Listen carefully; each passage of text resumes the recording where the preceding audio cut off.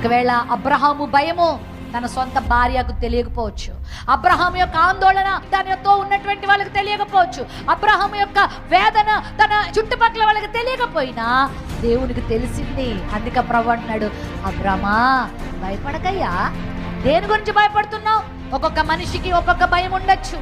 ఒకవేళ ఈ రోజు ఈ వర్తమానం వింటున్న ప్రియ దేవుని బిడ్డలారా, ఇదిగో మీ జీవితంలో భయం ఉందా?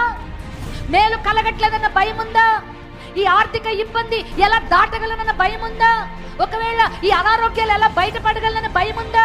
ఈ వైరస్ నుంచి ఎలా బయటపడగలమన్న భయం ఉందా? ఈ 2022ను ఎలా దాటగలమన్న భయం ఉందా? ఒకవేళ నువ్వు చేస్తున్న వ్యాపారములో ఎలా గట్టెక్కగలనన్న భయం ఉందా? కుటుంబాన్ని ఎలా నడిపించగలను అన్న భయం నీలో ఉందా? మీరు భయపడాల్సిన అవసరం లేదు. హల్లెలూయా. ఎందుకంటే మన దేవుడు మనకు కేడమై ఉన్నాడు. The lord is my light and my strength. నా ప్రభు నాకు వెలుగై ఉన్నాడు, నా ప్రభు నాకు సమస్త